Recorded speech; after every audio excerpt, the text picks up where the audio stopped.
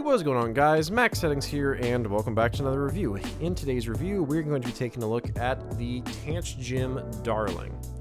Now, before we get into today's review, just a little disclaimer that this Darling was provided for review by Shenzhen Audio. Shenzhen Audio is an online audio retailer that carries a ton of different brands. They are also the main distributor for Moondrop, and they have sent me many things before in the past to check out. So once again, big thanks to them for providing this for review. So the Tanchjim Darling is a weird name. In the intro, when I said for sending me this Darling, I thought that sounded kind of weird, but anyway. So it's a very interesting little, and when I mean little, I mean literally mean little, IM. So today we'll see what I think about it. So without further ado, let's go ahead and get specs out of the way. So the Tanchjim Darling is coming in at $420. It is using a 2BA 1DD setup with an impedance of 9.5 ohms, a sensitivity of 110 dB a volt, a frequency response of 8 to 50,000 hertz, and that is about it for the relevant specs on the Darling. So now moving into the build of the Darling. So the Darling is a tiny little IEM there, as you can see. I mean, it's like barely the size of my index fingertip. So it's a metal body, and it's really small. The nozzle is not too long, but it's just a tiny little cylindrical IEM. MMCX connectors, which I mean I don't prefer, but I really don't think there's any way you're going to fit a 2-pin on this IEM. And I think this bit at the top here is literally just for them to fit, I guess, some of the wiring probably for either the connector or the drivers themselves. And it says Tanchjim on one side, Darling on the other side. And there's no actual definitive left and right with these because they're pretty much symmetrical. So you can put either side on the cable, doesn't really matter. Nozzle actually is a little bit on the wider side, but again, not terrible really or anything like that. So that is the build on the Darling. In terms of comfort, they're pretty much very comfortable to me because they don't touch anything in your ear because they're so tiny. They just go into your canal. So they're kind of just basically like a less severe version of the automatic fit because they're just very small and cylindrical, and they just go right into your ear. And there's no triple or tri-flange or anything like that. So to me, they're pretty comfortable. You don't have to get them that deep in there or anything. So they just kind of go right into your ear and just sit there, and I find them very comfortable. So build and comfort on the Darling is quite good. So now as for included accessories, let's talk about the cable. So the cable, pretty decent cable, decently flexible, not my favorite. These, I think they're intended to be worn cable side down, but you can do either really. If you replace the cable with one that has ear hooks, you could definitely wear them with cable side over ear. So it's decently flexible, kind of silver-coated copper cable, single strand and splits to just thinner wire above the split. My one issue with this cable is that this thing has got probably the least obvious, or not the least obvious, but very unobvious L&R indicators on this. I mean, you can see them if you look very closely. But the problem with this is that because the IEMs are symmetrical, you can't feel left or right just by the shape of them. So it's very hard to tell which one's left or right when you just pick them up. So I wish one of these just had a little bit of a red dot on it. If I owned these, I would probably just take the tiniest little bit of red heat shrink and just stick it on the end of the right connector, just so you could distinguish which one was left and right. So that's just my one complaint about the cable, but the cable itself overall is fairly decent. In terms of the case, I actually really like the case. Kind of like a soft, again, kind of like a nubuck finish on this case in black, and then the inside is velvet, black velvet, with a little magnetic snap, and then it says Tanchjim on the front. And yeah, this is actually a pretty nice little carrying case all in all. Probably a little bigger than it needs to be, but it feels really nice in the hand. It looks nice, and I really like this case on the Darling.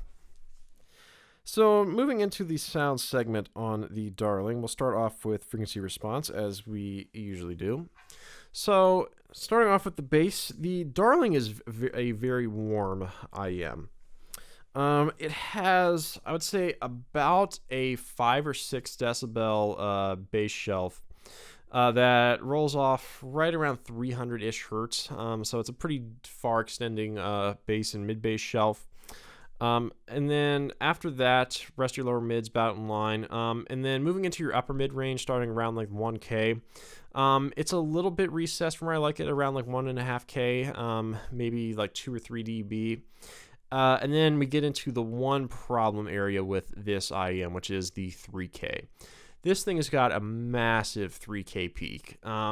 I would say probably 4-ish decibels if above where I like it at 3K, and that's where the upper mid range is centered around, right around 3K. So it comes off as very, very shouty, particularly with a lot of female vocalists. And then after that, your upper treble tuning honestly is pretty decent. I would say it's slightly boosted, maybe 2 dB or so, but I really didn't mind the upper treble. And then above 10K air, not really much of anything there. Is about to be expected. So that is about it in terms of frequency response on the Tanchjim Darling. So let's talk other aspects in terms of technicalities. So in terms of detail, the Darling for $420, really not there in terms of resolution, in my opinion. I would say resolution maybe around $200, but for 400-ish, no. I mean, it doesn't hold up to even like the Blessing 2 in terms of overall resolution, despite being about $100 more. So yeah, resolution not quite there. Not tremendously low resolution, but not great for its price point.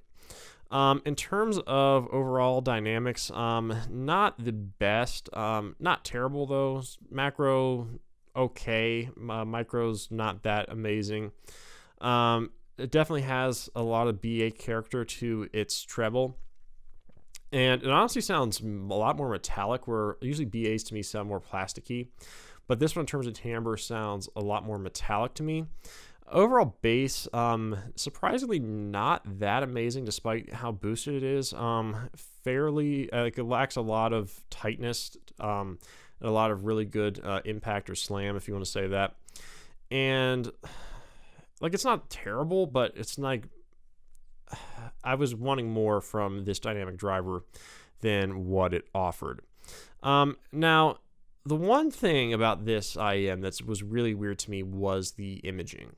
This thing has got crazy good imaging. Under 500, this is probably the best imaging that I've heard under 500.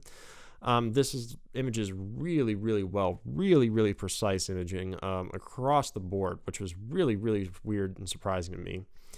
And then in terms of staging, I thought the staging was actually pretty on the smaller side, but that's probably because of how forward the upper mid-range is. So I believe that is it in terms of technicalities here on the Darling. So as for comparisons here and my final thoughts, the Darling is a bit of a weird one. So it's not there in terms of price, in terms of, I'd say, overall technicalities. I wish that it didn't have the massive 3K peak. If it didn't have that peak, the tuning would actually be fairly decent all in all. And that peak just kind of kills it for me. If it was better tuned in that regard, I guess I could make the argument of, well, if you listen, I don't know, if you really, really care about imaging, then perhaps you could give this a shot. As it sits, this is for people that want just like insanely boosted upper mid-range and really, really good imaging at the expense of maybe some technicalities. All in all, I think the Blessing 2 and the Blessing 2 Dusk are, again, much better buys than this in terms of overall technicalities and tuning. But this is a very, very small, non-obtrusive IEM with really good imaging performance and very, very shouty mid-range. It's not like completely terrible, but it's definitely not my favorite thing out there in the world. So I wouldn't say goes on my list of recommended IEMs, but if you are somebody that wants very, very forward upper mid-range with very, very precise imaging for whatever reason, then you can take a look at this.